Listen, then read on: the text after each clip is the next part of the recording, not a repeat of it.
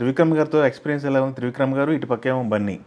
త్రివిక్రమ్ ఆయన దగ్గర first time అండి అది, సన్ ఆఫ్ సత్యమూర్తి అని. Son of Satyamurthy, yes. చేస్తే ఆయన రాగానే లేచి నుంచున్నాను నేను. డైరెక్టర్ లేవని కూర్చోండి పెద్దవారు మీరు, ఇది మా అసిస్టెంట్ డైరెక్టర్ మీకు చెప్పాడా సీను అన్నాడు.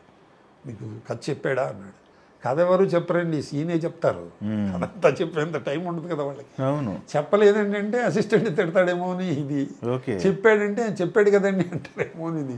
అందుకని హాఫ్ వేలో పెట్టే తలకి ఆవు చూడండి తోకతోటి నిజం చెప్పి తలతోటి అబద్ధం ఆడింది అలాగా ఆయనకి అర్థమైపోయింది.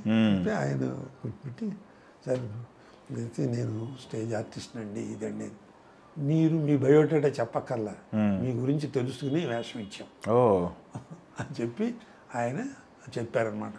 ఒకప్పుడు హీరో చాలా గొప్ప బతుకు బతికినవాడండి, వాళ్ళ నాన్న కోటీశ్వరుడు చేసి మీకు చిన్న జలసి ఉంటుంది చేసి, ఇప్పుడు వాళ్ళు చితికిపోయి మీ ఇంట్లో అద్దెకి దిగారు, మీరు చాలా వ్యంగ్యంగా మాట్లాడతారు, మీరు విలన్ కాదు, వాడికి ఇరిటేట్ చేసి మాట్లాడతారు.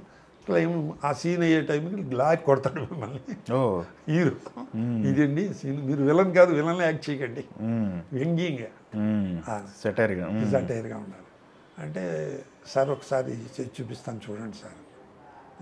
ఏంటంటే మీ నాన్న జేబులో 100 రూపాయలు అంటే 1000 రూపాయలు పోజు కొట్టేవాడు, తెలుస్తుంది కదా ఇప్పుడు ఆ పోజు మీకేం పోలేదు అలాగే ఉంది అన్నట్టుగా మాట్లాడా. బాగానే ఉందండి, ఇలాగే మాట్లాడండి చాలు అన్నాడు. నేను చాలా ఇంటర్వ్యూలు కూడా చెప్పాను, ఆయన కొట్టడంలో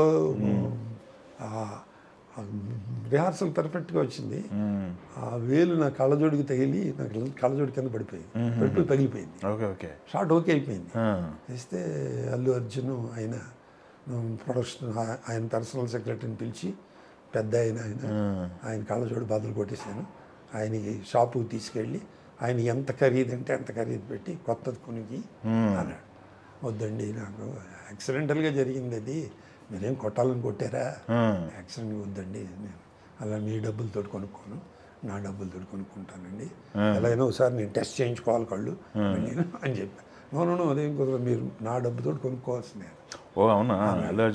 అంటే నేను కొట్టిన వాడికే వరం ఇచ్చే హక్కు కూడా ఉంటుంటండి, మీరు కొట్టారు కాబట్టి మీరే వరం ఇచ్చే హక్కు మీకు ఉంటుంది. ఏం వరం కావాలి, మీరు చేసిన పిక్చర్, మీరు హీరోగా చేసే ప్రతి పిక్చర్లో నాకు చిన్న వేషం కావాలండి. భలేవారండి, పెద్దవారండి, మా చిన్నప్పటి నుంచి మీ సినిమాలు చూస్తున్నాము, మీరు వెరీ గుడ్ ఆర్టిస్ట్, మీకు వేషాన్ని పిలిచి ఇప్పిస్తామండి మేము, ఇది ఏదంటే నవ్వుతో మాట్లాడాడు. సూపర్ చేసి ప్రొడక్షన్ మేనేజర్ని పంపించి కారులో తీసుకుని నా కళ్ళజోడు కొనిచ్చాడు.